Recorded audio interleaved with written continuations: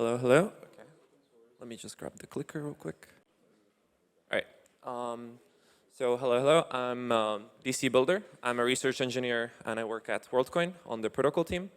So my day-to-day, I usually spend it working on applied cryptography, some distributed systems engineering, Solidity, Rust, things around that nature.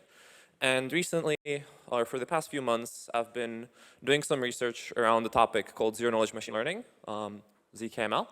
And so it's a really early stage technology that might have a lot of useful applications in the domain of blockchains. And since it's really early on, I just wanted to give like an introductory talk that sort of explains what it is, what you can't do, where the state of the art is, what tools you can use to sort of do a ZKML. And yeah, just give a brief introduction into what the topic is all about.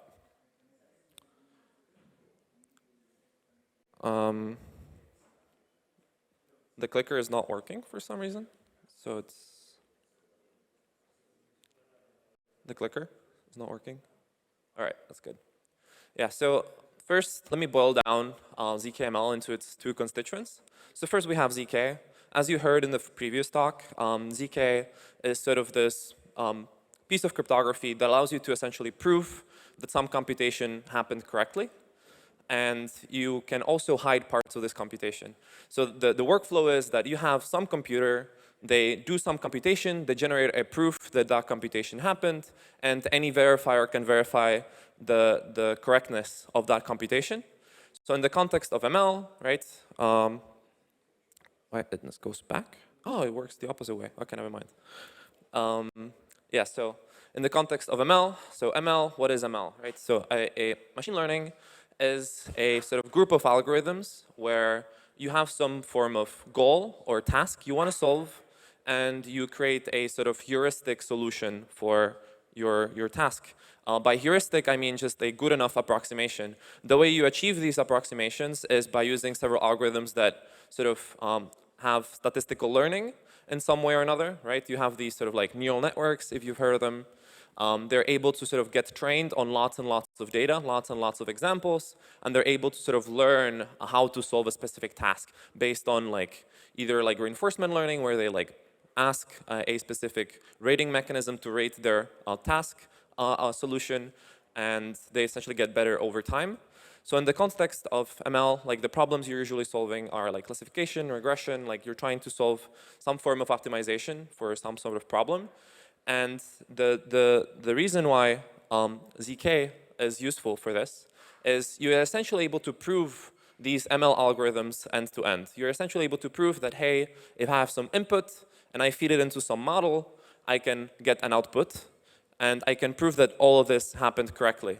So, for example, I can say to my friends, hey, I have computed this model on this specific input, and I have this output, right? So let's say I have a model that is able to discern between a dog and a cat.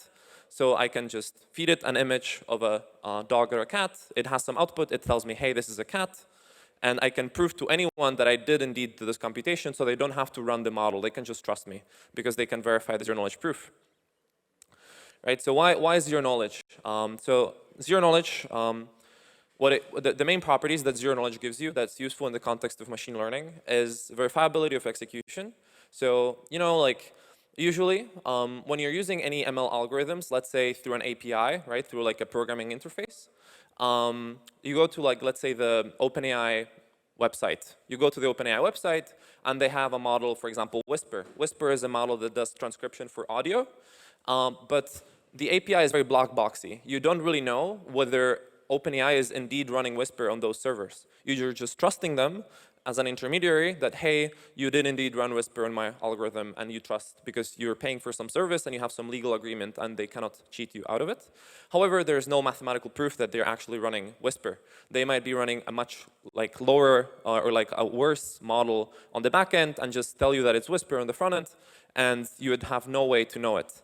So for this sort of use case, that's where verifiability comes into play, right? And verifiability of execution comes from the properties of zero-knowledge cryptography of completeness and soundness. Another part of ZK that's useful is the zero-knowledge part. So zero-knowledge essentially means that you're able to prove a the correctness of a statement without revealing any information besides the statement. So a sort of good intuition for this is I can prove to you that I computed some model, but I can hide the weights of that model. So I can tell you, hey, my model has X accuracy on some test data set. Like, for example, it has more than 99% accuracy without revealing the weights of my model. So that's also useful in some context. And when we're talking about ZKML, we're usually talking about proof of inference, right? You may have heard of model training, right? Like training models. You've heard like the companies like Google, Meta, all of these companies have huge co-located data centers that they train machine learning models for years on end to like try to get the best performance and have the biggest models and whatnot. So this type of computation is really expensive and it takes a long time to compute. And zero-knowledge cryptography only adds more computation. It has an overhead of about 100 to a million X, depends on like which computations you're trying to prove. By overhead, I mean that it's about, let's say, like 1,000 to 1,000,000 times more computationally expensive to compute a proof than just run the computation yourself. However, to verify the proof, it's a lot easier than to actually compute the computation. That's the reason why zero-knowledge proofs are useful, for example, in the context of blockchains, right? You can just run some transactions off-chain, you can create a proof, and you can verify them on-chain and update the state of the network without having to, for everyone to re-execute those transactions. So since proof of training would be too computationally intensive, the only thing that's currently feasible and for the foreseeable future is proof of inference, just evaluating a already trained model on some input to get some output. So this is sort of like a simple Venn diagram to essentially combine, like, essentially it combines different primitives and constituents in order to like explain sort of how ZKML, or like what properties ZKML has. So we have three. The top one, the yellow circle, is computational integrity. This is the computational correctness or verifiability. I can verify that some computation happened correctly. The bottom left, the blue one, is privacy. Privacy, as I said, this stems from the property of zero knowledge. And heuristic optimization, this is what I just, essentially, you can think of it as just ML. Heuristic optimization just means that you're trying to optimize a problem for which there's no perfect solution. You're only giving approximations. An approximation, you can think of it as a heuristic. And so if you combine all three of those, you get ZKML in the middle. If you only combine computational integrity and privacy, you get traditional ZK, right? What we use in the context of blockchains to verify transaction execution or do private transactions, let's say Zcash. If you only do computational integrity and heuristic optimization, you get validity ML. This essentially means that you're proving that some machine learning model ran correctly, but you're not hiding any parts of the computation. And the last one that I didn't mention is if you combine privacy and heuristic optimization, or ML, you get this sort of field called fully homomorphic encryption machine learning. Fully homomorphic encryption is a different type or different primitive within cryptography that allows you to do slightly different things. Essentially, the difference is fully homomorphic encryption allows you to encrypt some data, perform some computation on that encrypted data, and then decrypt it. So that essentially means that you're able to do computations on private data, and the computer that's performing the computations on the private data never gets to learn what the original input was. So you can do private computation. However, you don't have the computational integrity from zero-knowledge cryptography. So here I just have like some simple definitions of what I just talked about. And use cases, right? Like you might be wondering, okay, like this is a cool technology, but what are the actual applications for any of this? So the validity property of zero knowledge, right? The one that allows you to verify that some computation happened correctly is, in my opinion, is the most useful property out of ZK that's useful in the context of ML. So the first one that I have listed is machine learning as a service transparency. This is the example I mentioned in the beginning, where instead of you trusting OpenAI to give you some model, you can request the OpenAI team or the API to give you a proof that they're actually running the model that they say they're running. If they give you a proof alongside with the output, you can have cryptographic verifiability that they ran some model that they ran the model that they're claiming they have. And this can work for any context. Another one is verifiable on-chain classifiers or regressors. that should just say, essentially bring ML on-chain, right? So machine learning is very computationally intensive, and blockchains are very computationally constrained, right? We have Ethereum with like 15, 30 transactions per second. Each block has about 30 million gas with the AP 1559, and the computations you can put into it is very, very slow, right? So like you cannot really do ML on-chain, even on L2s today is really hard, right? So where ZK is good is that instead of doing the computation on-chain, you can do the ML computation off-chain, do a zero-knowledge proof, and just verify it on-chain, and you can bring those results. So you can build applications that use ML without having to actually do the computations on-chain, which brings a whole set of new possible use cases. Sort of one good example of this that I've heard of in the recent months is that, for example, Yearn, who is that is a DeFi protocol that does yield aggregation, right? Essentially trying to find which DeFi protocols can give me the best yield on some sort of asset that I provided. So some of these strategies are fairly complex, but if you want to do a strategy that has or involves some form of ML optimization, then you cannot do it on-chain. So how do you prove that you're indeed running some strategy on-chain is through essentially doing the proof of the ML algorithm off-chain, do a proof, send it to the chain, verify it, and then do some computations with it, right? Like run the strategy that you say that you are running.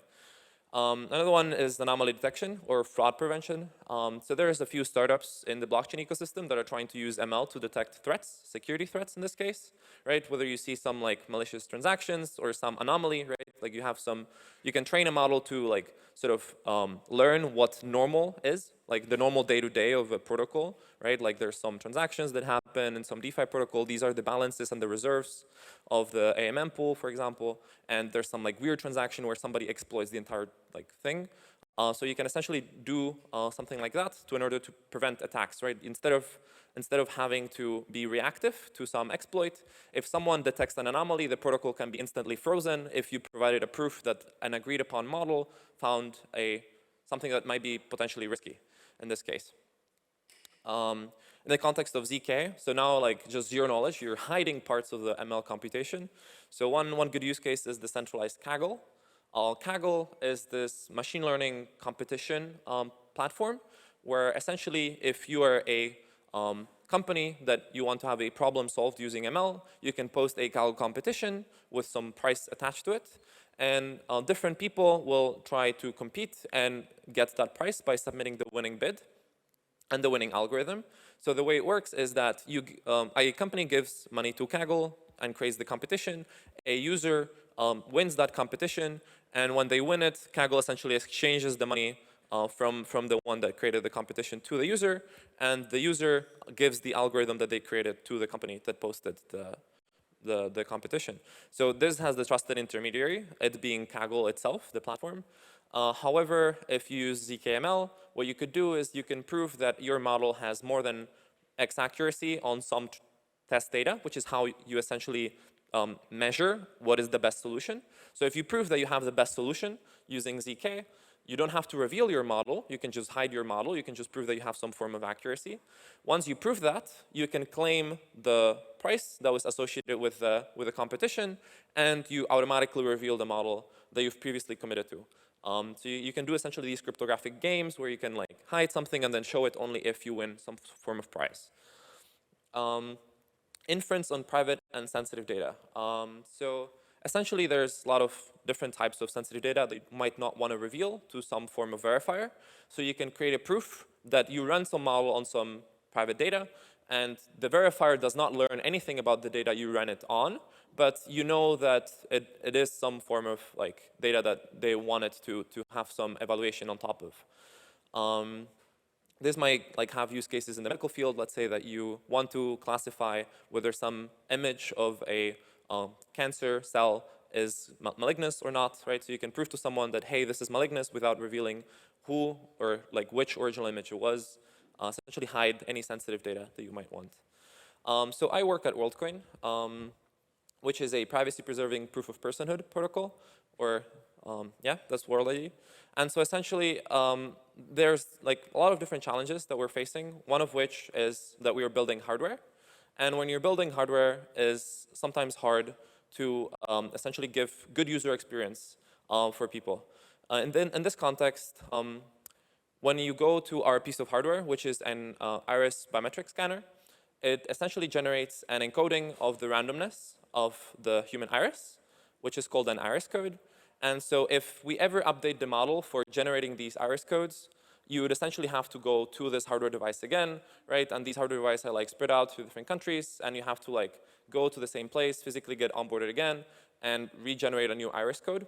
Because if we update the model, the previous iris code is no longer valid. So a good use case for ZKML in this case is that if the user keeps essentially an image from the orb stored on their local device, on their encrypted storage, let's say on their iPhone, they could regenerate their iris code using ZKML, right? Like they just download the new model, they download the prover for that specific model, they compute a new iris code locally on their phone, and they submit a proof to the protocol, right, which is an on-chain smart contract. They submit a proof that, hey, I've computed a new iris code, and this is the proof that I computed it correctly with the new model. So that's one use case. Another one is making the orb more trustless or more transparent. So this hardware device, we call it the orb for context.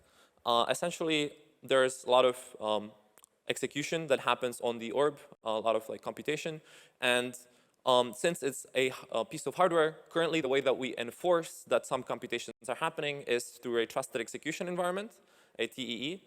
And currently, like a TEE is not very transparent. It just enforces that some computations that you specify are indeed happening.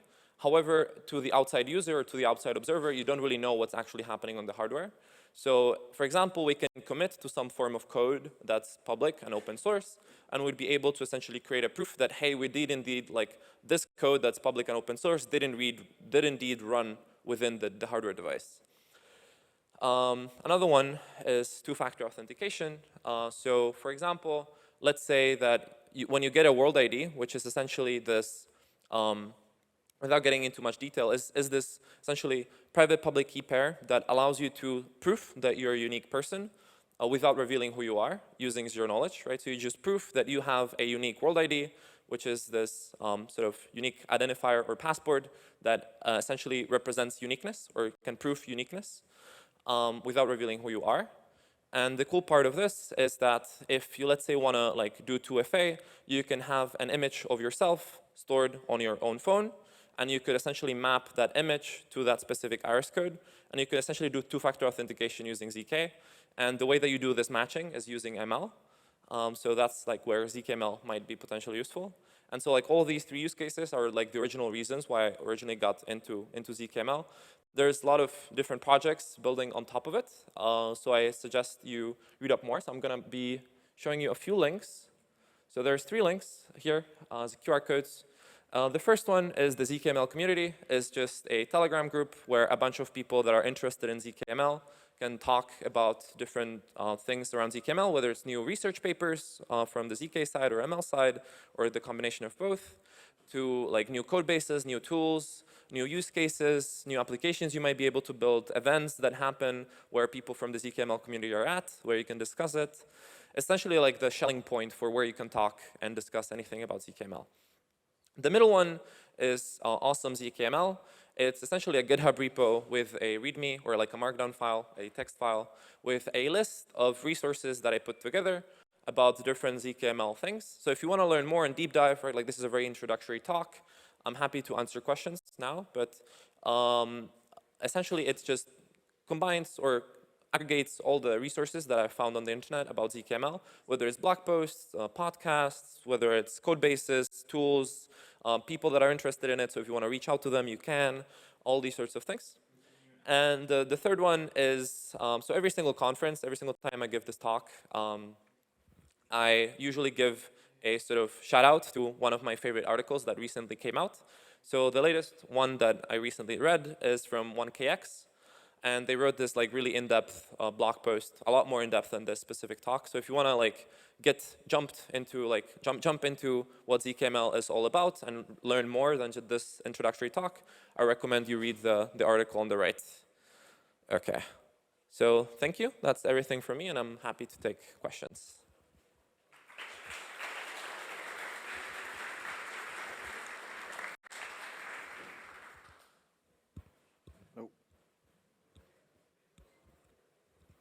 Does this work? Yeah. Yep.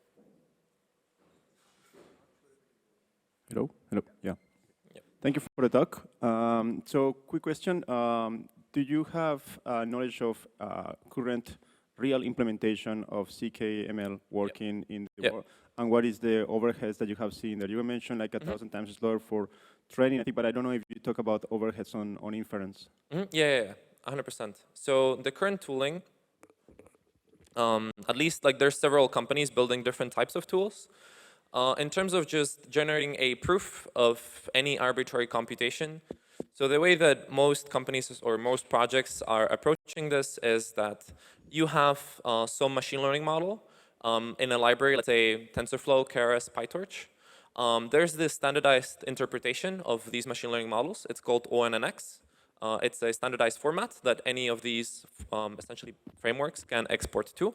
ONNX stands for Open Neural Network Exchange. And so essentially what these tools to create zero-knowledge proofs of these models, what they do is that they take the ONNX format or the representation of a model and they transpile it into a zero-knowledge circuit. So they create a circuit representation for every single type of computation that's represented inside of this ONNX representation. And then they generate a proof. So the tools, or currently I think the tool that's most flexible for any given user to use is called Ezekiel.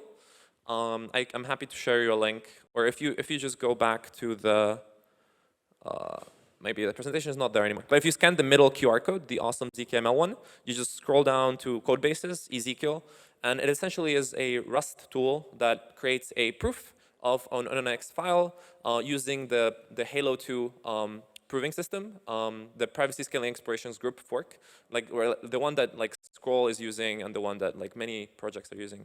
So it essentially creates a zero-knowledge proof using Halo 2. And in terms of the overhead, it changes every single month because they constantly do like changes and PRs. I think right now, I wouldn't want to guess. I think it's like still around 1000x overhead. But things I've heard from Jason, one of the co-authors of Ezekiel, is that they are already starting to be able to prove models in the sizes of 100 million plus parameters. And it takes, I think, like 5 minutes on a really big AWS server with like lots of RAM, lots of graphics. Yeah. Thanks, DC. Just one last question, please.